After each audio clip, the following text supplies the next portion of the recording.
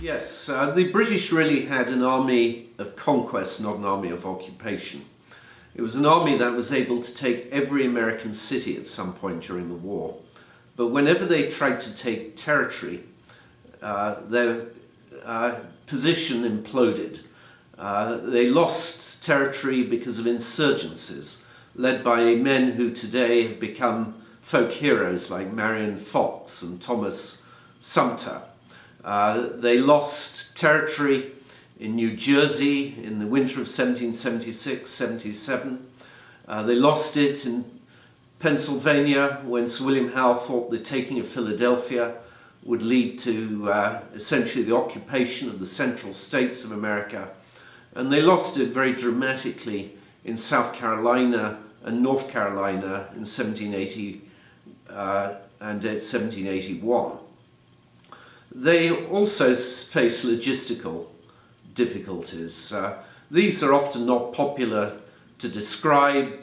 They seem less interesting than battles, but no country had tried to fight a war 3,000 miles away against a hostile citizenry. So this was very different from the French and Indian War.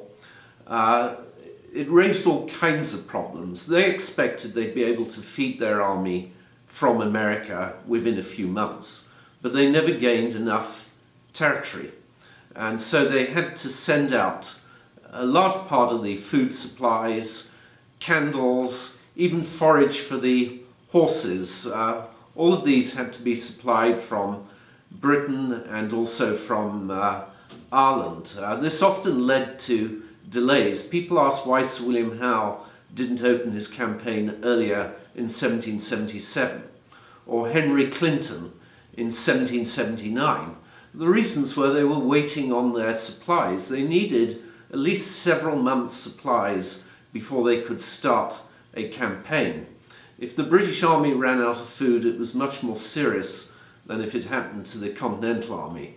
They couldn't simply go back to their farms and reappear another day, and the army could literally starve. And so generals had to wait and to delay campaigns for shipments to arrive from Britain.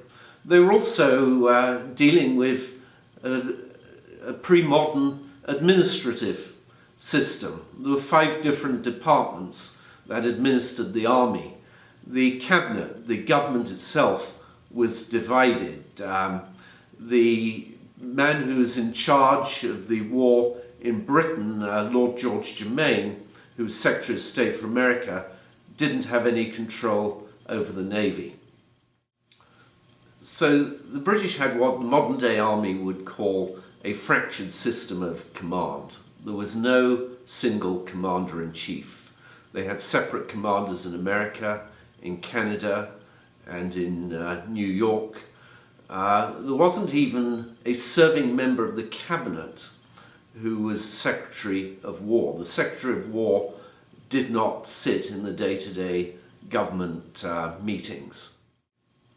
The other major problem was that the Army and Navy were actually shrinking during the course of the war.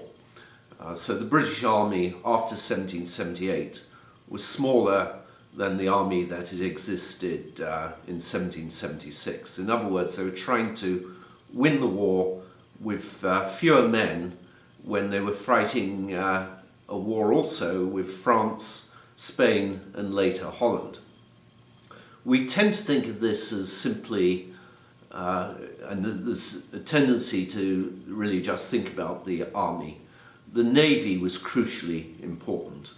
George Washington was one of the people on the American side who most and best understood that the Navy would be a key to winning the Revolutionary War.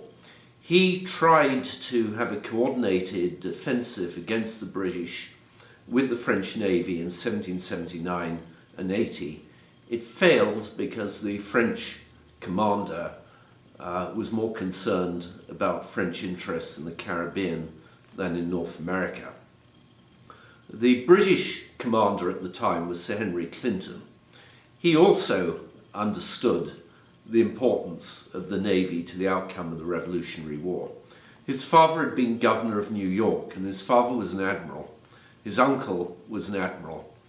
And Clinton had warned the British government that at any time that the British Navy was weaker at sea against the French, it would be possible for the Continental Army to surround and capture any contingent of the British Army serving outside New York. Indeed, he was concerned that the main British base in New York was vulnerable if the British did not maintain naval superiority. This is exactly what happened in Yorktown. And this was one of the reasons Clinton was so bitter after the war and wrote more about it than any commander on either side, because he had foreseen the possibility of Yorktown. He'd warned the government. He'd been told that the British would have a superior navy at sea, and he felt betrayed.